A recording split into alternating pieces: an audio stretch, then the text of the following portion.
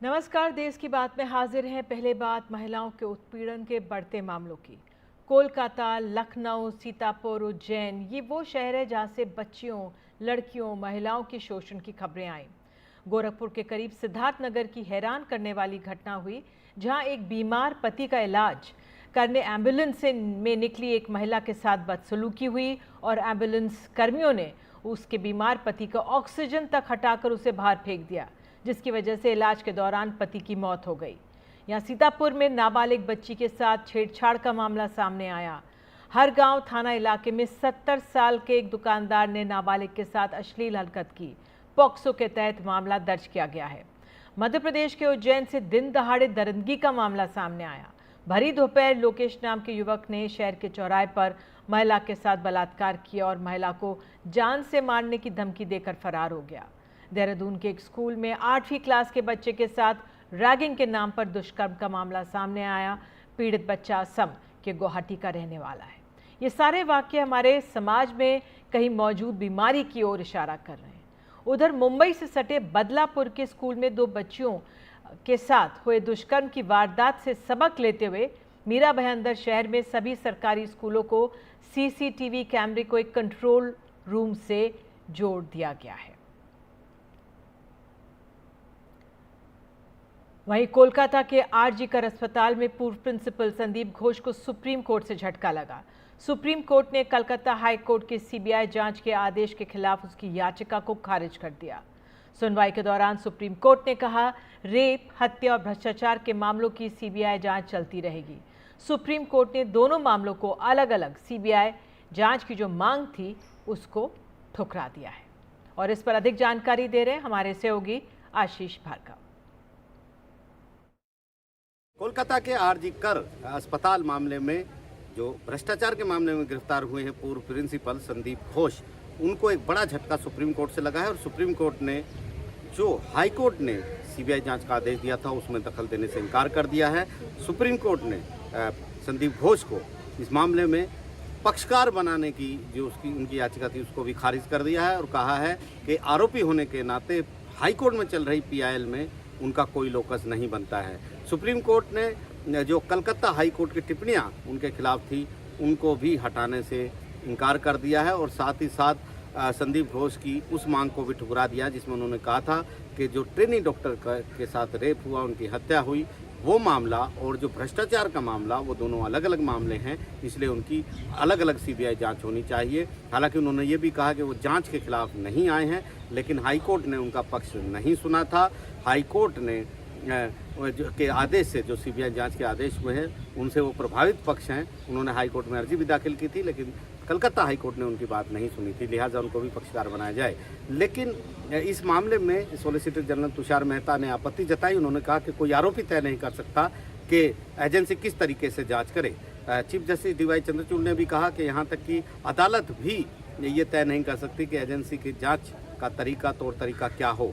इसके बाद उन्होंने कहा कि हम इस मामले में दखल नहीं देंगे, दोनों मामलों की सीबीआई जांच होने दें और जो स्टेटस रिपोर्ट है वो सीबीआई सुप्रीम कोर्ट में दाखिल करे। ये उन्होंने कहा और कहा कि हम इस मामले में किसी भी तरह से पक्षकार नहीं बना सकते संदीप घोष को। और ये जो मामला उनके खिलाफ भ्रष्टाचार का है वो आरोप ही शायद उन्होंने ट्रिगर किया होगा कि हाई कोर्ट ने सीबीआई जांच के आदेश दोनों मामलों के इस मामले के दिए हैं, तो लिहाजा किसी तरह की राहत रियायत संदीप घोष को देने से इनकार कर दिया गया है। सुप्रीम कोर्ट ने स्व मोटो लेकर जो मामले की सुनवाई कर रहा है उसकी सुनवाई भी 9 सितंबर को होनी है, जिसमें सीबीआई ने भी अपनी स्टेटस रिपोर्ट सौंपी है जो ट्रेनी डॉक्टर के साथ रेप और उनकी हत्या हुई थी उस मामले में। तो काफ़ी अहम है और ऐसे मोड पर जो कोई राहत रियायत नहीं दी है संदीप घोष को सुप्रीम कोर्ट ने। नई दिल्ली से आशीष भार्गव, एनडीटीवी इंडिया। और उत्तर प्रदेश से खबर सिद्धार्थनगर में किस तरह से मानवता को शर्मसार करने वाली घटना सामने आई है। एक महिला का आरोप है कि उसके साथ एम्बुलेंस में छेड़खानी की गई। इतना ही नहीं, एम्बुलेंस कर्मियों ने उसके बीमार पति का ऑक्सीजन हटाकर उसे बाहर फेंक दिया, जिसकी वजह से पति की गोरखपुर मेडिकल कॉलेज में इलाज के दौरान मौत हो गई। ये घटना 30 अगस्त की रात की है। पीड़ित महिला के मुताबिक उसके पति की तबीयत कुछ दिनों से खराब थी। पति को लेकर वो मेडिकल कॉलेज गई। कुछ दूर चलने के बाद ही एम्बुलेंस चालक ने उस पर आगे की सीट पर बैठने का दबाव बनाया। इसके बाद ड्राइवर और उसके साथी ने छेड़खानी शुरू की। विरोध करने पर उसके पति को ऑक्सीजन निकालकर एक सुनसान जगह पर फेंक दिया। पीड़ित महिला का आरोप है कि बस्ती में मौजूद पुलिसकर्मियों ने एम्बुलेंस कर्मियों को पकड़ने की कोई कोशिश नहीं की। पंप पर तेल भरैला, फिर कुछ दूरी तक जाए के बोलना कि तू हमें बोलना कि इनके आगे बैठावा, गार्जियन चाहिए और नहीं तो पुलिस पकड़ ली रास्ता में और नहीं तो हमें परेशानी हो जाए।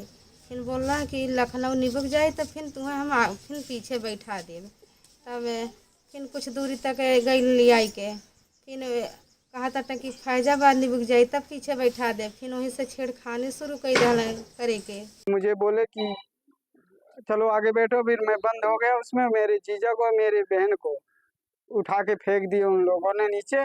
फिर मुझे भी बाद में धक्का मार के गाड़ी स्टार्ट किए और जो भी हमारा सामान था, रिपोर्ट था गाड़ी का, मतलब जो भी हॉस्पिटल का सामान था, पैसा वैसा जो भी हमारे पास, पानी का बोतल तक भी नहीं छोड़े थे। मेरे जीजा प्यासे हुए बोल रहे थे किसी गाड़ी वाले को रोको, पानी मांगो, पर कोई गाड़ी वाला भी नहीं उस समय रोक रहा था और ये लोग वहाँ से फिर निकल गए। एक तहरीर दी गई जिसमें बताया गया कि इनके पति का इलाज इम्पीरिया न्यूरो हॉस्पिटल गाजीपुर थाना क्षेत्र में चल रहा था। कुछ कारणों से ये अपने पति को अपने घर ले जाना चाहती थी। इस दौरान एम्बुलेंस करके घर ले जाते वक्त रास्ते में एम्बुलेंस के चालक और उसके साथी के द्वारा इनके साथ छेड़छाड़ की घटना की गई। इसके अलावा इनके जो बीमार पति हैं उनको जो ऑक्सीजन सपोर्ट लगी थी उसको निकाल करके बाहर फेंक दिया गया, साथ ही इनके पति को भी बाहर भेज दिया गया। देखिए, अब उसमें जैसा बता चुका हूँ कि एक FIR जीरा FIR जो ट्रांसफ़र होकर आई थी उसमें हमारे द्वारा जो है उसको पंजीकृत कर लिया गया है और उसमें एज़ पर FIR के जो कंटेंट्स थे तदनुसार जो है उसमें धाराएँ लगाई गई हैं और आगे उसमें जो है विधिक कार्रवाई एज़ पर इन्वेस्टिगेशन उसमें की जा रही है। उधर उत्तर प्रदेश के सीतापुर में नाबालिग बच्ची के साथ छेड़छाड़ का मामला सामने आया। यहाँ हर गांव थाना इलाके में 70 साल के एक दुकानदार ने नाबालिग के साथ अश्लील हरकत की। उसके खिलाफ पॉक्सो एक्ट के तहत केस दर्ज हो गया है। दरअसल बच्ची दुकान में सामान खरीदने गई थी और इस दौरान दुकानदार ने बच्ची के साथ बदसलूकी की। इस घटना से लोगों में काफ़ी गुस्सा है। लोग आरोपी के खिलाफ सख्त कार्रवाई की मांग भी कर रहे हैं। इसका वीडियो सोशल मीडिया पर वायरल हुआ है। उसके बाद आरोपी दुकानदार को गिरफ्तार कर लिया गया है। जनपद सीतापुर के थाना हरगांव में दिनांक 3 सितंबर से संबंधित एक नाबालिग लड़की के छेड़छाड़ का वीडियो जो वायरल हो रहा है उसके संदर्भ में अवगत कराना है कि प्रकरण से संबंधित FIR तत्काल सुसंगत धाराओं में पंजीकृत कर लिया गया था। इसके अभियुक्त की गिरफ्तारी भी कर ली गई है। प्रकरण चूँकि पॉक्सो एक्ट से संबंधित है और इस संदर्भ में सभी विधिक कार्रवाई को शीघ्रता से पूर्ण करके फास्ट ट्रैक कोर्ट से इसका विचारण कराया जाएगा। और मध्य प्रदेश के उज्जैन से दिन दहाड़े दरिंदगी का एक मामला सामने आया। यहाँ 4 सितंबर को दोपहर 2 बजे लोकेश नाम के एक शख्स ने शहर के कोयला फाटक चौराहे पर महिला के साथ बलात्कार किया और महिला को जान से मारने की धमकी देकर फरार हो गया। हैरानी इस बात की है कि इस दुष्कर्म के वीडियो वायरल होने पर पुलिस ने मामले का संज्ञान लिया और आरोपी को गिरफ्तार कर कोर्ट में पेश किया, उसे जेल भेजा। वहीं पीड़िता के बयान के मुताबिक आरोपी लोकेश ने उसे झांसा देकर शराब पिला दी, नशे की हालत में दुष्कर्म किया, बाद में धमकी भी दी। और इस सब के बीच जो मुंबई से सटे बदलापुर की घटना आपको याद होगी, जहां पर लोग सड़कों पर उतर आए थे, जो लोकल ट्रेनें उनको रोक दिया गया था। उसके बाद स्कूल में जिस तरह से 2 बच्चियों के साथ यौन शोषण का मामला सामने आया था, स्कूल ने सबक लेते हुए मीरा भयंदर शहर में सभी सरकारी स्कूलों को CCTV कैमरे को एक कंट्रोल रूम से जोड़ दिया है। इस कंट्रोल रूम से पुलिस स्कूल के हर सभी गतिविधियों पर प्रशासन की नज़र रहेगी ताकि बच्चों की सुरक्षा सुनिश्चित की जा सके। कल शिक्षक दिवस पर मुख्यमंत्री एकनाथ शिंदे ने वीडियो कॉन्फ्रेंसिंग के जरिए इस अनोखे और राज्य में पहले कमांड सेंटर का उद्घाटन भी किया है। सुनील सिंह की रिपोर्ट देख लेते, फिर चलेंगे अपने खास मेहमान के पास। बदलापुर के स्कूल में नन्ही बच्चियों के साथ दुष्कर्म की वारदात होने के बाद स्कूलों में बच्चों की सुरक्षा पर एक बड़ा सवाल उठा था और उसके बाद राज्य सरकार की तरफ से भी एक फैसला किया गया था कि सभी स्कूलों में सीसीटीवी होनी चाहिए और उसकी मॉनिटरिंग होनी चाहिए।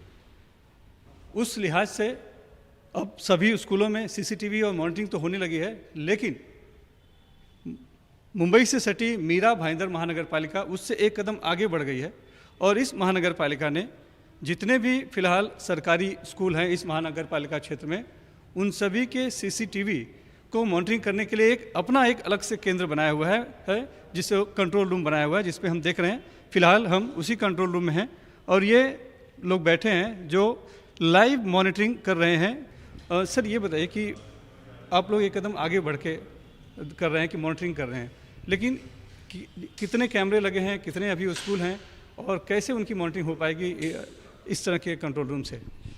Meera Bhayandar municipal corporation area में 36 म्यूनसिपल कॉरपोरेशंस की स्कूल्स है और उस स्कूल्स की जो बिल्डिंग्स है वहाँ पे एंट्री एग्ज़िट, वहाँ के क्लासरूम्स और पैसेजेस, इन सबको कुल मिला के 200 कैमराज हमने स्कूल्स में इंस्टॉल किए हैं और वो सभी 200 कैमराज का मॉनिटरिंग हमारी जो सेंट्रलाइज यहाँ पे कमांड एंड कंट्रोल सेंटर है वहाँ से हम लोग मॉनिटर करने वाले हैं। और सुबह 7 से शाम को 5 बजे तक जो स्कूल का टाइमिंग होता है उस टाइम में हमारी एक टीम यहाँ पे बैठी हुई होंगी और वो कंटिन्यूसली उसको मॉनिटर करेंगी। और वो स्कूल्स के जो पैरामीटर्स है, सिक्योरिटी तो मेजर कंसर्न है ही, लेकिन बाकी भी जो स्कूल के पैरामीटर्स है, मिड डे मील है या बाकी वहाँ पे जो एक्टिविटी चलते हैं उसका भी मॉनिटरिंग करके उसका रिपोर्टिंग हमारी सिस्टम को करेगी, हमारे हेड ऑफिस को करेगी और इमीडिएटली वहाँ के जो हेड मास्टर है उनको भी उसका रिपोर्टिंग होगा। वहाँ पे सिक्योरिटी हमारे स्कूल्स में ऑलरेडी है, उनको भी वो इमीडिएटली रिपोर्टिंग होगा अगर कोई अननोन उनको एक्टिविटी दिखती है तो। यानी वो तो एक तरफ वो लाइव मॉनिटरिंग करेंगे, जैसे ये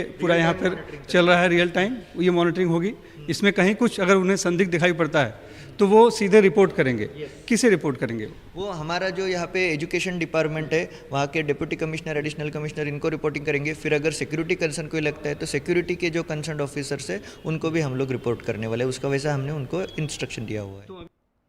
और हमारे साथ आभा सिंह मौजूद हैं, महिला अधिकार कार्यकर्ता हैं, वरिष्ठ वकील भी। आभा जी, आपने देखा किस तरह से मामले सामने आए हैं। अगर आप देखें, सिद्धार्थ नगर की जो खबर आई या हम उज्जैन की खबर बता रहे थे, सीतापुर के मामले सामने बता रहे थे, ये जो इस तरह से मामले सामने आ रहे हैं, एक तरफ से पुलिस पक्ष ये कहता है कि रिपोर्टिंग हो रही है ऐसे मामलों की, लेकिन आप कानून की नज़र से कैसे देख रही हैं इसे? ये जितनी आपने इंसिडेंट्स दिखाए हैं निधि जी, उसको देख के तो घबराहट हो रही है। सही कह रहे हैं कि क्या एक मेंटल हेल्थ इशू हो गया है इस कंट्री में कि 12 साल की बच्ची अगर दुकान में गई है तो उसका सेक्सुअल अब्यूज करो। और सबसे हद तो है कि एक महिला अपने बीमार पति को लेके एम्बुलेंस में जा रही है और पति को आपने एम्बुलेंस से फेंक दिया और उसके बाद उसके साथ आप व्यभिचार कर रहे हैं और कोई बचाने नहीं आ रहा है। और वो भी अगर पब्लिक रोड पे हो रहा है तो सड़कों पे लोग मदद करने नहीं आ रहे। पुलिस की हम हर जगह सुनते हैं कि पेट्रोल वैन्स रहती हैं, कंट्रोल रूम कार्स रहती, तो कहाँ है? और ये भी कितनी मनोबल बढ़ गया है इन अपराधियों का कि इनको कोई डर नहीं है। एक तरफ कानून पे कानून आ रहे हैं कि डेथ पेनल्टी होगी, ये लाइफ इम्प्रिजनमेंट होगा, लेकिन उसका कोई असर नहीं दिख रहा है। मैं तो बहुत ही भयावह सीन देख रही हूँ उज्जैन में, जिस तरह से रेप करके वीडियो वायरल कर रहे हैं, वीडियो बना रहे हैं। तो मतलब या तो पूरे कंट्री में इस तरह से लॉ एंड ऑर्डर ब्रेकअप कर रही है। आरजी कार के हादसे से तो अभी हम उभर ही नहीं पाए हैं कि एक रेजिडेंट डॉक्टर को सेमिनार रूम में गवर्नमेंट मेडिकल कॉलेज में रेप किया जा रहा है। तो बिल्कुल जरूर जो कानून बने हैं उनमें सही नहीं है। जो हमारा जस्टिस सिस्टम है वो टूट रहा है, क्योंकि जो कन्विक्शन रेट है अगर आप देखिए रेप केसेस में महज 28% है, मर्डर में 44-45% है। तो इस सब के चूंकि इतने पुअर कन्विक्शन रेट है और तारीख पे तारीख पड़ती है, जिस तरह से कन्विक्शन नहीं होता, रेपिस्ट छूट जाते हैं, मर्डरर्स छूट जाते हैं या इनकी बड़ी कॉन्टैक्ट होती है, इनको पुलिस जो है अरेस्ट भी नहीं करती है। कितने हिट एंड रन केसेस में ड्रंकन ड्राइविंग में जानबूझ के पुलिस ऐसे चार्ज लगा देती है कि तुरंत हाथों हाथ बेल मिल जाती है, 10 घंटे भी जेल नहीं होती। तो तो मुझे लगता है टोटली करप्शन, पुलिस और पॉलिटिशियन और साथ ही साथ कानून का कन्विक्शन ना होना है, इस वजह से इस तरह से बेखौफ होके क्राइम हो रहा है। महिलाएं और बच्चियों मतलब बिल्कुल सेफ नहीं है कि 70 साल का दुकानदार एक 12 साल की बच्ची के साथ कर रहा है, जबकि पॉस्को में हम 12 साल की बच्ची के नीचे हम डेथ पेनल्टी की बात कर रहे हैं। तो ये साफ दिख रहा है कि कहीं ना कहीं बहुत ही कमियां आ चुकी हैं सिस्टम में, ना सिर्फ पुलिस में बल्कि लॉ एंड ऑर्डर में और जुडिशरी में। और सुप्रीम कोर्ट में अगर हमारे इतने बड़े जजेस बैठे हैं तो उनको भी ये शायद आज एनडीटीवी का अगर देखा होगा, तो मैं चाहूंगी सुओ मोटो सुप्रीम कोर्ट इसको संज्ञान में ले और एक नया लॉ कमीशन बैठाए या स्टेक होल्डर्स को लाए, विमेन को, और तब कोई कानून लाए। सिर्फ इस तरह से सिर्फ कानून नए बनाने से काम नहीं चलेगा, इसमें एक टोटलिटी की जरूरत है। बिल्कुल आभा जी, खास तौर से जो वो महिला अपने बीमार पति को लेके जा रही है और स्वास्थ्य कर्मी है उस एम्बुलेंस में, वो उसके साथ छेड़खानी करते हैं और बीमार पति को फेंक देते हैं सड़क के किनारे, ऑक्सीजन निकाल देते हैं, वो अपने आप में बहुत ही बेहद गंभीर है। भले बलात्कार, जिस तरह की स्थिति उस महिला से गुजरी होगी, मानसिक स्थिति, हमने उसके भाई की भी बात सुनी, पानी की बोतल तक नहीं दी और वो जो इंसान था, जो उसका पति था, पानी को तरसता रहा। तो जो ये दरन की है, अगर ये सेवा कर्मियों में लगी हुई है, तो ये अपने आप में कानून की अब कौन सी धारा खास तौर से क्या लानी पड़ेगी, ये अपने आप में एक सवाल बन जाता है। बिल्कुल, देखिए धारा तो हम डेथ पेनल्टी ले आए हैं, क्रिमिनल नेग्लिजेंस ले आए हैं, और ये एम्बुलेंस में तो वो ऑन ड्यूटी था, गवर्नमेंट ड्यूटी पे, मतलब आप एक तरह से आप मेडिकल ड्यूटी पे हैं और उसके बाद आप पेशेंट को फेंक दे रहे हैं। तो ये तो रेयरेस्ट ऑफ द रेयर में आएगा और इसमें तो फांसी की सजा हो, लेकिन जो फांसी दी जाए वो तुरंत दी जाए, ये नहीं कि 10 साल बाद एग्जीक्यूट हो, जैसे निर्भया रेपिस्ट की हुई और शायद इसीलिए रेप के कानून का कोई इम्पैक्ट नहीं हुआ। और सड़कों पे मुझे तो पब्लिक एपैथी का भी है कि किसी बीमार को ऐसे सड़कों पे उतार के फेंक दिया जाए और चलती सड़क पे पब्लिक ना मदद करने आए, तो ये हमारा भी, समाज का भी रुख दिखाती है कि उसको कोई फर्क नहीं पड़ता है, तो कुछ भी होता रहे। तो मुझे लगता है अब पब्लिक एपैथी में भी कोई कानून आना चाहिए कि अगर लोग पब्लिक रेप हो रहा है, क्योंकि आप देखिए वो रेप के वीडियोस बना रहे थे जब उस महिला को सड़क पे में जा रहा था, तो उनके ऊपर क्यों नहीं कार्रवाई होती, उन पे एक्शन क्यों नहीं लिया जाता, उनको भी कॉमन इंटेंशन करके उसका भागीदार माना जाए। और मुझे लगता है तब जब पब्लिक जागरूक होगी और अगल बगल से लोग मदद करने आएंगे और क्राइम को रोकेंगे, क्योंकि 800 लोगों पे एक पुलिस कर्मचारी है, वो हम सब जानते हैं हर जगह नहीं पहुंच सकता है। तो जब तक पब्लिक समाज खुद खड़ा नहीं होगा तब तक हम इसको नहीं रोक पाएंगे, क्योंकि कानून तो हमने सामने देख लिया कि कानून से कोई खौफ नहीं है। बिल्कुल, समाज में विकृति और समाज ही इसको ठीक कर सकता है। उम्मीद यही करते हैं कि इच्छा शक्ति शीर्ष पदों पर जो बैठे लोग हैं उनमें भी नजर आए, और ये जो नासूर हमारे समाज में आए दिन आ रहा है, ये वाकई में बेहद बेहद चिंताजनक है। आप जुड़ी हमारे साथ आभा जी, धन्यवाद आपका। धन्यवाद। और जाते जाते देहरादून की जो खबर है उसका भी हमने शुरुआत में आपको बताया, क्योंकि बच्चों का, स्टूडेंट का शोषण भी बहुत महत्वपूर्ण है। जो ये खबर आई है कि एक स्कूल में 8वीं क्लास के बच्चे के साथ रैगिंग के नाम पर दुष्कर्म का मामला सामने आया। पीड़ित बच्चा असम के गुवाहाटी का रहने वाला है, जिसके पिता ने गुवाहाटी के थाने में एफआईआर दर्ज कराई, जिसे देहरादून के डालनवाला थाना में ट्रांसफ़र किया गया है। मामला सामने आने के बाद स्कूल की इस घटना ने खंडन किया है, लेकिन पुलिस ने इस मामले की जांच शुरू कर दी है। जो पहली बार, लेकिन फिर 8 जुलाई को पेरेंट ने मुझे लिखा था, लेकिन उसमें कोई नाम, कोई जगह, कुछ ऐसा कोई स्पेसिफिक्स नहीं थे। हमारा स्कूल बंद था, 18 जुलाई को स्कूल खुला है, 22 जुलाई को बच्चे सेटल हो रहे थे। हमने इन्वेस्टिगेशन शुरू की है, इन्वेस्टिगेशन में भी 2-3 दिन लगते हैं, और उसके बाद मैंने पेरेंट को बताया कि इसमें कोई तथ्य नहीं है।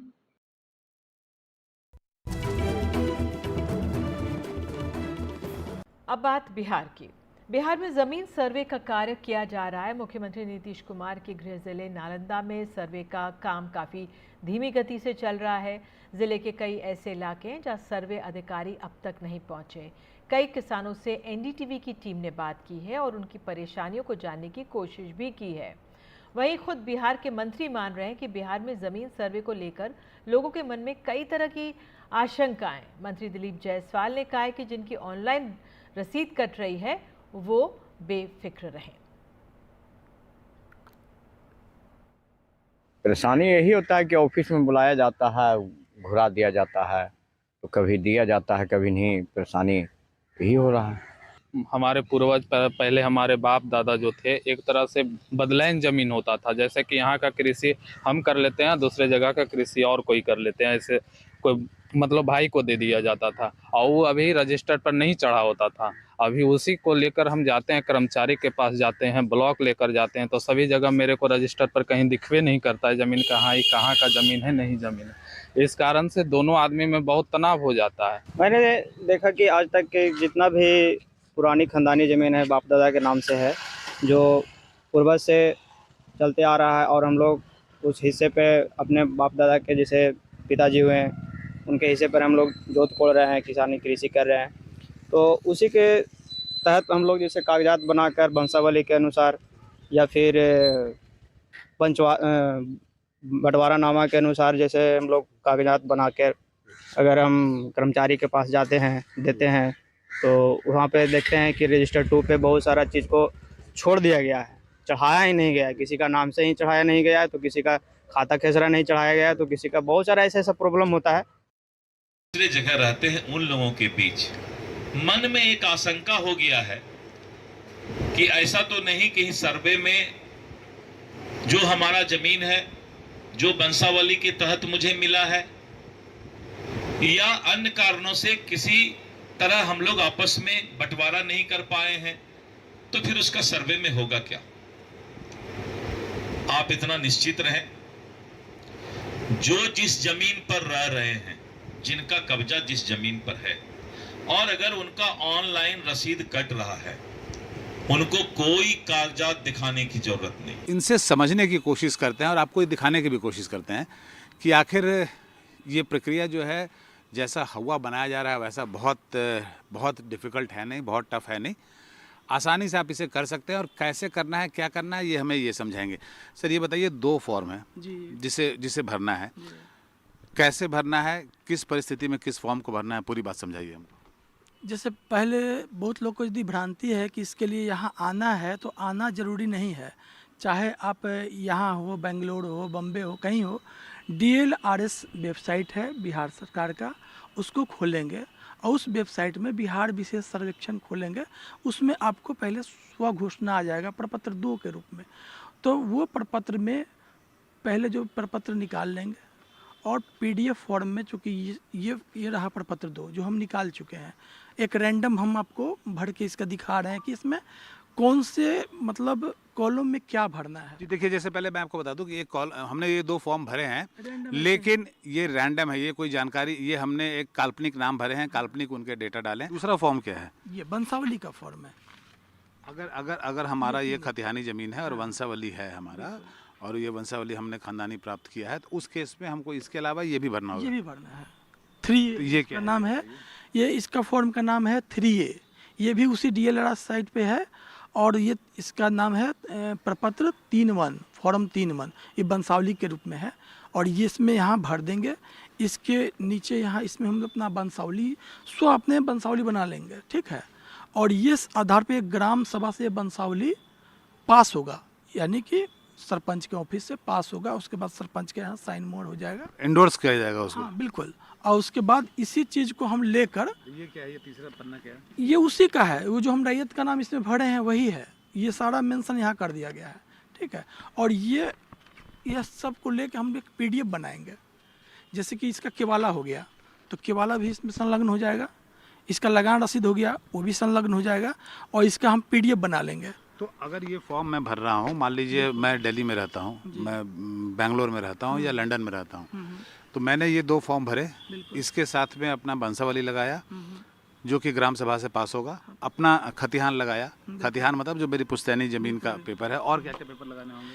जिसे आप क्रय से प्राप्त किए हैं तो सेल डीड लगा लेंगे, है ना। यदि आपका ये खतियानी है तो उसके साथ जो वंशावली है वो लगाएंगे। चाहे अन्य पेपर से लगान रसीद है, लगान रसीद की फोटोकॉपी लगा में जो भी इस लैंड से रिलेटेड पेपर है वो लगा देंगे। और इसका एक PDF हम बना लेंगे, और वो PDF होना चाहिए 3 MB से कम। यदि ज़्यादा हो रहा है तो उसको मिनिमाइज कर लेंगे। बाकी इतना भी कम मिनिमाइज नहीं करेंगे कि वो पढ़ा ही नहीं जा सके। उसके बाद वो करके और उसको हम DLRS वेबसाइट जो है उसमें स्वघोषणा जो है, बिहार विशेष सर्वेक्षण खोलिएगा तो स्वघोषणा आएगा, उसमें इसको हम अपलोड कर देंगे। ठीक है, चलिए मैंने अपलोड हो गया तो आपका ये काम खत्म हो गया, आप अप्लाई कर दिए। अप्लाई कर दिए, लेकिन सुनने में ये इतना आसान कह रहे हैं। मनीष हमारे साथ, हमारे सहयोगी मनीष कुमार हैं। मनीष, क्या ये बहुत पेचीदा है, बहुत मुश्किल लग रहा है? क्योंकि वो तो मान रहे हैं असिस्टेंट सेटलमेंट ऑफिसर ही तो आसानी से तमाम कागजात लग जाएंगे, लेकिन जिसको कंप्यूटर नहीं चलाना आता या नहीं है कंप्यूटर, या जिसके पास सेल डीड या बाय डीड नहीं है, वो तो मुश्किल में होगा। देखिए, निश्चित रूप से कागजात नहीं रहने के कारण कहीं ना कहीं ये जो पूरी योजना है, ये जो पूरा सर्वे का काम चल रहा है, ये हर आदमी मान रहा है कि ये बहुत ही ज़रूरी है, ये बहुत ही सही कदम उठाया गया है बिहार सरकार के द्वारा। लेकिन इसको लेके जितनी भ्रांतियाँ, इतना ज़्यादा कन्फ्यूज़न हो गया है, लोगों में एक डर सा समा गया है और कहीं ना कहीं राज्य सरकार उसे दूर नहीं कर पा रही है। यानी कि जो इसकी पेचीदगियाँ हैं उसको कैसे आप कम कर सकें या उसका क्या समाधान है, उसके बारे में जनता के बीच में जिस तरीके से सरकारी अधिकारी या सरकारी कर्मचारी को ज़मीनी स्तर पर समझाना चाहिए, जिस प्रकार से उन्हें कम्युनिकेट करना चाहिए, उसका अभाव है, जिसके कारण इतना ज़्यादा कन्फ्यूजन फैल गया है। और मैं आपको बताऊं कि सरकार के अंदर निधि थोड़ी सी डर भी समा गई है। उनको लगता है कि ये चुनावी वर्ष है, अगले साल विधानसभा चुनाव होना है और अगर कहीं इस पूरे योजना के क्रियान्वयन पर अगर दलालों का कब्जा हो गया, यानी कि दलालों के भरोसे अगर काम शुरू हो गया, तो हो सकता है कि जनता के बीच काफ़ी नाराज़गी हो, जिसका उन्हें खामियाजा उठाना पड़े। इसी के लिए सरकार अब थोड़ी सी ओवरड्राइव में है, सरकार थोड़ी सी अब सतर्क हुई है और उसकी कोशिश है कि इस पूरे योजना का जो क्रियान्वयन है, जितना ज़्यादा सिंप्लीफाई इसे किया जा सके, किया जाए। निधि और मनीष, क्या इसको और लोगों तक आसानी से, क्योंकि बहुत लोग ऐसे होंगे जिनके पास कंप्यूटर या साइबर कैफ़े का एक्सेस नहीं होगा, तो क्या आप सरकार अपनी ओर से कुछ ऐसा करने की सोच रही है कि जो ग्रामीण परिवेश से खास तौर से लोग आते हैं, वहाँ पे उनको कुछ सहूलियत मिल सके? जैसा कि मैंने निधि पहले भी कहा कि कहीं ना कहीं सरकार को अब ये डर लगने लगा है कि चूंकि इसमें कंप्यूटर का इतना ज़्यादा यूज़ है, तो कहीं ना कहीं जो बिचौलिए हैं, जो दलाल हैं, जो ब्लॉक के स्तर पर काम करते हैं, कि कहीं उनकी चांदी ना हो जाए। और उनकी चांदी हो भी गई है, क्योंकि उन्हें मालूम है। और हर व्यक्ति के लिए, हर कृषक के लिए जो है कंप्यूटर चलाना, अपने PDF अपलोड करना, ये सब उतना आसान नहीं होता जितना उन्हें बताया जाता है। हालांकि स्मार्टफोन का ज़माना है, यह भी एक सच है, और लोग ऑनलाइन भी अपना लगान भरते रहे हैं। बिहार जैसे राज्य में भी ऑनलाइन अपने टैक्स भरते हैं, लेकिन उसके बावजूद ग्रामीण स्तर पर चूंकि इतनी बड़ी संख्या में लोग जो हैं अपने कागजात को सुधार रहे हैं या उसे फाइल अपलोड कर रहे हैं, कहीं ना कहीं ये पूरा मामला है काफ़ी पेचीदा होता जा रहा है। और सरकार की भी अब कोशिश हो रही है कि इसे जितना सिंप्लीफाई किया जाए, लेकिन एक डर भी है कि जनता में इसको लेके बहुत ज़्यादा नाराज़गी या आक्रोश ना फैल जाए। निधि बिल्कुल मनीष, मुझे कहा जा रहा है हमारे गेस्ट जुड़ेंगे, लेकिन तब तक मैं अगर आपसे ये एक सवाल ये भी पूछ लूँ कि अब तक सरकार को कितनी कामयाबी मिली है, क्या कुछ अब तक पता चल सका है? क्योंकि सरकार का ये काफ़ी महत्वाकांक्षी प्रोजेक्ट है, ज़रूरत भी है, जैसे आपने कहा बहुत महत्वपूर्ण है, ये तमाम राज्यों के लिए महत्वपूर्ण होगा, लेकिन कितनी सफलता मिली है, कितना ये मामला आगे बढ़ पाया है, उस बारे में सरकार का आश्वासन है? देखिए, निश्चित रूप से जहाँ भी कैंप शुरू हुआ है, कैंप में लोग काफ़ी बड़ी संख्या में आए हैं। यानी कि जो वहाँ पर सरकारी कर्मचारी होते हैं वो एक तरह से आउटनंबर्ड हो जाते हैं, या वो उतने लोगों के प्रश्न या उनका समाधान नहीं कर पाते हैं जो भी उनकी समस्या होती है। क्योंकि बिहार में अभी भी, बिहार शायद देश का कुछ उन गिने चुने राज्यों में होगा कि जहाँ पर अधिकांश ज़मीन जो है वो वर्तमान में जो ज़मीन मालिक हैं उनके नाम पर नहीं है, बल्कि उनके बाप दादा या परदादा के नाम पर है, और उसी नाम से वो अभी भी लगान भर रहे हैं। लेकिन अब पूरे प्रोसेस को भले ही सरकार के द्वारा सिंप्लीफाई किया गया हो या सरकार के द्वारा सफाई दी जा रही हो, लेकिन उसके बावजूद लोगों में डर है। लोगों को लग रहा है कि कहीं ना कहीं जो नियम बनाए गए हैं उस नियम पे वो अगर खरे नहीं उतरेंगे तो उनका ज़मीन विवादों में ना पड़ जाए। जैसे मैं आपको बताता हूँ कि बिहार में अगर आप ज़मीन, आपकी ज़मीन है, अगर आप अपनी ज़मीन की बिक्री करना चाहते हैं तो एक रजिस्टर 2 होता है, यानी कि आपकी ज़मीन का म्यूटेशन होता है, उसके बाद रजिस्टर 2 में नाम होता है। तो रजिस्टर 2 में जिसका नाम होगा वही उस ज़मीन की खरीद बिक्री कर सकता है। लेकिन अभी भी 90% लोग ऐसे हैं, उन्हें या तो रजिस्टर 2 के बारे में आइडिया नहीं है, या उनका नाम अभी भी रजिस्टर 2 में चढ़ा नहीं है, क्योंकि उन्होंने इस संबंध में जितनी भी सरकारी प्रक्रिया होती है उसे पूरा नहीं किया है। निधि, बिल्कुल मनीष, शुक्रिया आपका इस जानकारी को हम तक पहुंचाने के लिए। अब हमारे साथ प्रोफेसर नवल किशोर चौधरी पटना यूनिवर्सिटी के मौजूद हैं। सर, बहुत बहुत धन्यवाद जुड़ने के लिए। हम अपने, आप भी हमारे सहयोगी मनीष को भी सुन रहे होंगे, उन्होंने बहुत हद तक हमें समझाया ये। लेकिन जी, चिंता मेरी वही ग्रामीण इलाकों में रह रहे ऐसे किसानों की है जिनके पास ज़मीन छोटी, और जिस तरह से अहम बात मनीष बता रहे थे कि जिनके पास बाप दादाओं की ज़मीन है, उन्होंने म्यूटेशन एक तरह से जो और राज्यों की भाषा में कहें वो नहीं कराया, तो उनके लिए बहुत घबराहट की स्थिति होगी है। देखिए, ये घबराहट छोटी मोटी नहीं है। अगर आप सर्वे करें, और मनीष इसके लिए समर्थ व्यक्ति हैं, आपका चैनल, तो आपको लगेगा कि यहाँ आशंका ही नहीं, चिंता है लोगों के बीच।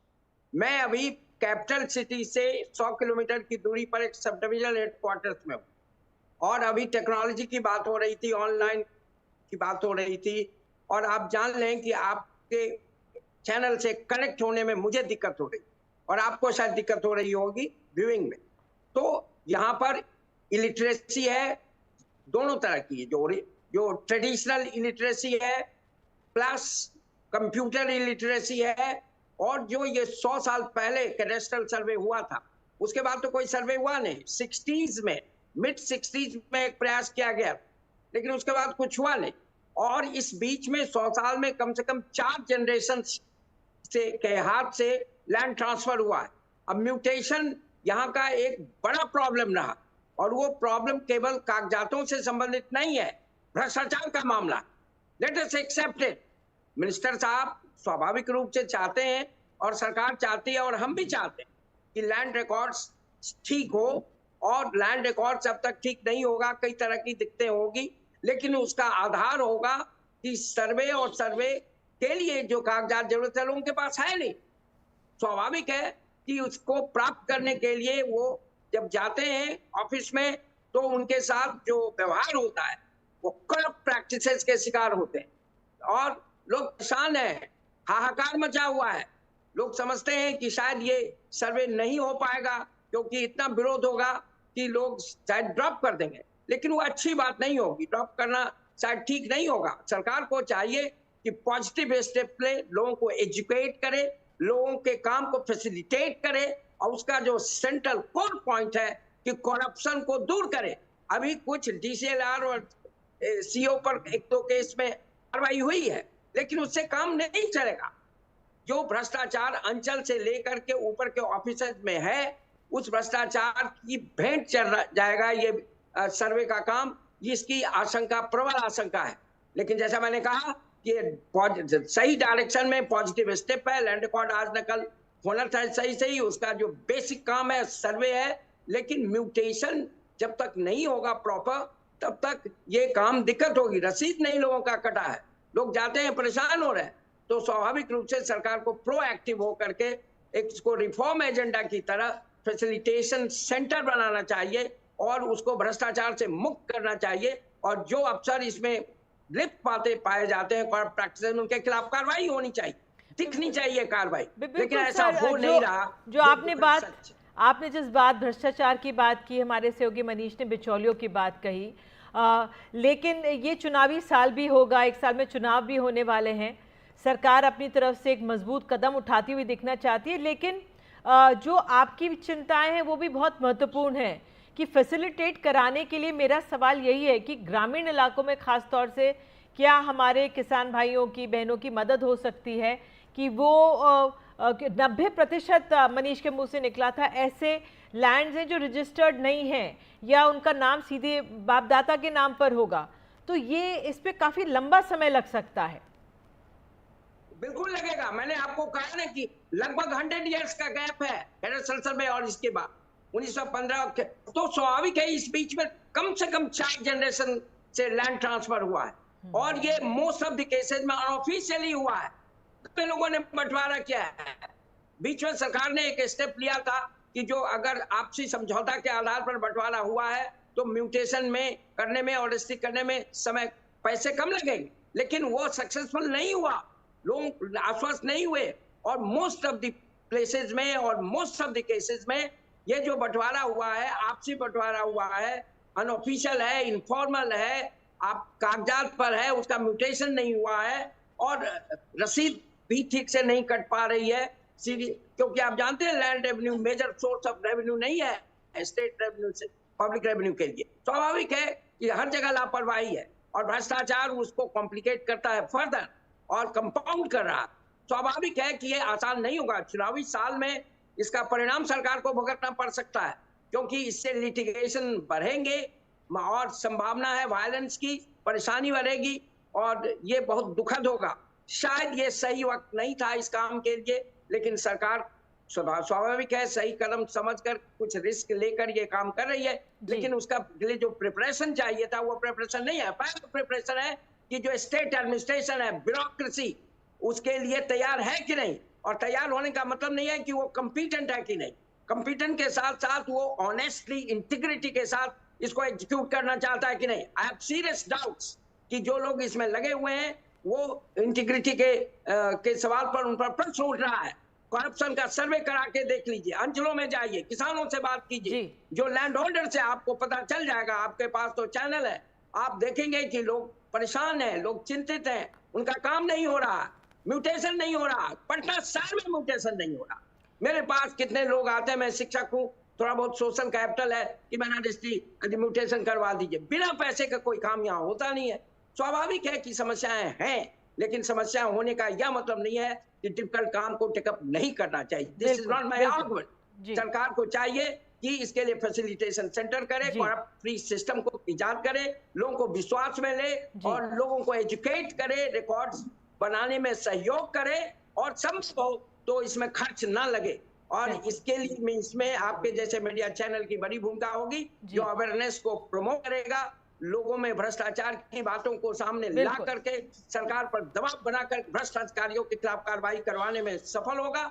और मैं समझता हूं आपका चैनल सिर्फ कैपेबल नहीं है, एक्टिव है। मनीष को मैं जानता हूं और मनीष आपको बताएंगे कि इस दिशा में आपके चैनल ने सिर्फ रिपोर्ट गैदर नहीं की है, शायद अवेयरनेस में भी बहुत योगदान। बिल्कुल, बहुत बहुत धन्यवाद सर, पूरी कोशिश है और आपने जो ज़मीनी हालात हम सबके सामने खोल कर रख दिए हैं वो बहुत महत्वपूर्ण है। तो इस सर्वे जो हो रहा है बिहार पर ज़मीन का, उस पर लगातार नज़र बनी रहेगी। फिलहाल एक छोटा सा ब्रेक ले रहे हैं और ब्रेक के बाद कुछ चुनावी खबरें आपको दिखाएंगे। बने रहिए देश की बात के साथ। जम्मू कश्मीर में चुनावों में कई करोड़पति उम्मीदवार मैदान में हैं। यहाँ पर पहला चरण का मतदान 18 तारीख को है। बेशक कुछ नेता ऐसे भी हैं जिनके पास नहीं के बराबर संपत्ति है। देखिए नीता शर्मा की एक खास रिपोर्ट। बीजेपी प्रदेश अध्यक्ष रविंदर रैना दूसरी बार नौशेरा से चुनाव मैदान में हैं। उन्होंने नामांकन करते हुए जो हलफनामा दिया उसके मुताबिक उनके पास सिर्फ 1000 रुपए नकद हैं। इसके अलावा गाड़ी, गहना, खेत, मकान कुछ भी नहीं है। बस 2014 में विधायक बनने के बाद जो उन्हें जम्मू में एक सरकारी आवास मिला था वो उनके पास है। रैना के पास बिजली, टेलीफोन और पानी शुल्क का कोई भी बकाया नहीं है। हजारों की तादाद में जनमानस, माताएं, बहनें, नौजवान, बुजुर्ग आज उमड़ के आए हैं। मैं सबका हृदय से धन्यवाद करता हूं। ये जो जन सैलाब और जन समंदर आज निकल के यहाँ भारतीय जनता पार्टी के कारवां में, काफिले में शामिल हो रहा है, ये गवाही दे रहा है कि जम्मू कश्मीर में आने वाली सरकार भारतीय जनता पार्टी की है। इन चुनावों में सबसे अमीर उम्मीदवार कांग्रेस नेता गुलाम अहमद मीर हैं, जिनके पास लगभग 16 करोड़ रुपए की संपत्ति है। 2014 के विधानसभा चुनाव में उन्होंने 13 करोड़ रुपए की संपत्ति घोषित की थी। रियासी के 67 साल के बीजेपी उम्मीदवार कुलदीप राज दुबे की कुल संपत्ति 12 करोड़ 80 लाख रुपए है। पूर्व संसद सदस्य और नेशनल कॉन्फ्रेंस नेता हसनैन मसूदी के पास 7 करोड़ रुपए से अधिक की संपत्ति है। हालांकि 2019 के लोकसभा चुनाव के दौरान घोषित संपत्ति से 1 करोड़ रुपए कम है। ईदगाह निर्वाचन क्षेत्र से अनुभवी एनसी उम्मीदवार मुबारक गुल ने 2024 में लगभग 7 करोड़ रुपए की कुल संपत्ति घोषित की है, जो 2014 में 4 करोड़ 15 लाख रुपए थी। पूर्व विधायक और थाना मंडी से पीडीपी उम्मीदवार कमर हुसैन के पास 2 करोड़ 79 लाख रुपए की संपत्ति है। सीपीआईएम के नेता तारेगामी ने संपत्ति में गिरावट दर्ज की है। उनकी संपत्ति का मूल अब लगभग 1 करोड़ रुपए है, जो 2014 में 1 करोड़ 22 लाख रुपए थी। हो सकता है। अब मैं किसी शख्स की नीयत पर शक नहीं कर लूँगा, जो भी होगा हो सकता है। जम्मू कश्मीर की विधानसभा चुनावों के लिए लगभग 50 सीट्स के ऊपर नामांकन जो हैं वो दायर हो चुके हैं 2 चरणों के लिए। अभी तक के जो आंकड़े हैं वो बताते हैं कि 24 ऐसे उम्मीदवार हैं जो करोड़पति हैं। लोग इस बार जो हैं वो साफ सुथरी राजनीति चाहते हैं, इसलिए कह रहे हैं कि वो पार्टी देखकर नहीं बल्कि उम्मीदवार देखकर वोट करेंगे। बिजबेरा से नीता शर्मा, एनडीटीवी इंडिया के लिए। और अब बात हरियाणा के चुनावों की। पहलवान विनेश फोगाट और बजरंग पुनिया आज आधिकारिक तौर पर कांग्रेस में शामिल हो गए। उससे पहले दोनों कांग्रेस के अध्यक्ष मल्लिकार्जुन खड़गे के घर पहुंचे। उनके आवास पर वहां पर महासचिव केसी वेणुगोपाल भी थे। माना जा रहा है कि विनेश जुलाना से लड़ सकती हैं चुनाव। बजरंग पुनिया की सीट पर फिलहाल अभी सवाल बने हुए हैं। राजनीति में उतरने के लिए विनेश फोगाट ने रेलवे की अपनी नौकरी भी छोड़ दी है। उन्होंने बोला मैं नेशनल नहीं खेलना चाहती, मैंने नेशनल चैंपियनशिप खेला। उन्होंने बोला ये ट्रायल्स दे के नहीं जाना चाहते, मैंने ट्रायल्स भी दिया। उन्होंने बोला कि ओलंपिक्स लेवल तक नहीं जाना चाहते, मैं ओलंपिक्स में गई, मैं फाइनल्स में गई। अनफॉर्चुनेटली परमात्मा को कोई और चीज़ मंजूर होगी। एक चीज़ मुझे पता है कि जब मेहनत आप करते हो तो ज़रूरी नहीं कि आपको उसी दिशा में मिले, कई बार दूसरी चीज़ों में भी आपको वो फल मिल जाता है। और परमात्मा ने मुझे मेरे देश के लोगों की सेवा करने का जो मौका दिया है, वो मैं मानती हूँ कि उससे बड़ा पुण्य का काम कोई नहीं हो सकता है। पूरे देश को सोचना चाहिए कि आप किन लोगों को सपोर्ट कर रहे हैं। जो देश में खिलाड़ियों के साथ, महिलाओं के साथ, किसानों के साथ, जवानों के साथ जो अत्याचार कर रहे हैं, आप उन लोगों को सपोर्ट कर रहे हैं। तो मैं यही बोलूँगा कि हम मिलके मजबूती से लड़ेंगे और जो संघर्ष की लड़ाई उसमें हम हमेशा कांग्रेस के साथ खड़े रहेंगे।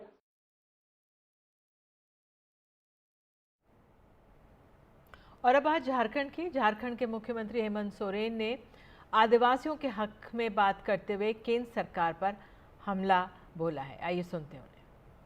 आज देश की सूची में आदिवासियों की पहचान नहीं है, इसीलिए झारखंड सरकार ने झारखंड के आदिवासियों के लिए सरना धर्म कोड पारित करके भारत सरकार को भेजा है। लेकिन वो भी अभी तक उसमें आदेश नहीं मिला। अगर सरना धर्म कोड मिल जाए या आदिवासियों के लिए कोई कोड मिल जाए तो हम लोग देश के आदिवासी सुरक्षित हो जाएंगे। बात अब मणिपुर की करते हैं। मणिपुर के बिष्णुपुर में पूर्व मुख्यमंत्री के घर पर के पास रॉकेट से हमला हुआ है। इस हमले में एक शख्स की मौत भी हुई है, 5 लोग घायल हुए हैं।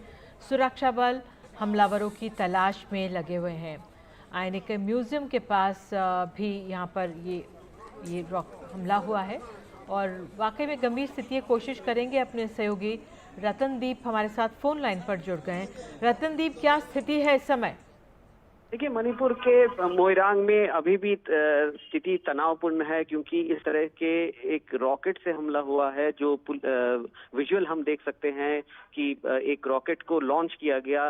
किस तरह के रॉकेट लॉन्चर यूज किए गए वो इन्वेस्टिगेशन में पता चलेगा। मगर पिछले हफ्ते में ही हमने देखा था कि पुलिस ने कहा था कि ड्रोन से बम गिराए गए थे और उसमें 2 लोगों की मृत्यु हुई थी और 9 से 10 लोगों की जख्मी हुए थे। और अब मणिपुर के मोइरांग में, जो कि बिष्णुपुर जिले में है, वहां पे ये हमला हुआ है जिसमें कि एक शख्स की मृत्यु हुई है। और जिस घर में ये रॉकेट जाके गिरा वो मणिपुर के पहले मुख्यमंत्री कोइरांग सिंह का घर है। और सबसे बड़ी बात है, इसके 100 मीटर के अंदर ही जो इंडियन नेशनल आर्मी का म्यूजियम है वो है, जो कि नेताजी सुभाष चंद्र बोस के जो इंडियन नेशनल आर्मी ने अपना जो तिरंगा झंडा फहराया था पहली बार, वो मणिपुर के मोइरांग में था। तो एक ऐतिहासिक शहर है मोइरांग, और वहां पे ही अब ये रॉकेट हमला होना, वहां पे जरूर जो सुरक्षा इंतजाम हैं मणिपुर में,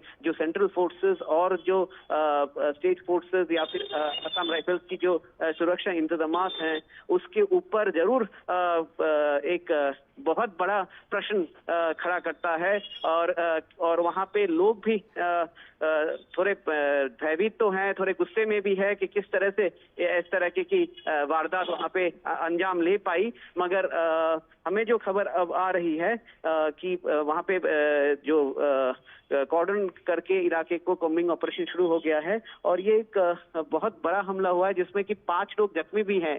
एक शख्स की मृत्यु हुई है और 5 लोग वहाँ पे जख्मी भी हैं। बिल्कुल रतनदीप, वाकई में ये बहुत ही परेशान करने वाली खबर है।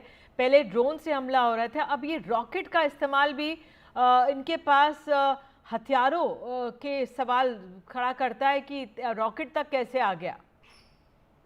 देखिए, रॉकेट कैसे आ गया ये जरूर सवाल है, मगर रॉकेट आना, जो लोग मणिपुर को बहुत बारीकी से देख रहे हैं, हम पिछले जब से ये जो पिछले साल की जाति हिंसा शुरू हुई है तब से हम मणिपुर को कवर कर रहे हैं, उस हिंसा को कवर करें। इसके पहले भी मणिपुर को जो लोग बारीकी से देख रहे हैं उनके लिए जरूर ये आश्चर्यजनक बात नहीं होगी, क्योंकि आपको मणिपुर से सटा हुआ है म्यांमार का बॉर्डर, पूरा खुला बॉर्डर है, और म्यांमार में एक गृह युद्ध चल रहा है। और वहां पे इस तरह के ड्रोन अटैक्स या फिर इस तरह के रॉकेट्स जो कि मॉडिफाइड मतलब तो रॉकेट प्रोपेल्ड ग्रेनेड या फिर जो rocket launchers, modified rocket launchers से लॉन्च होते हैं, ये कोई नई बात नहीं है।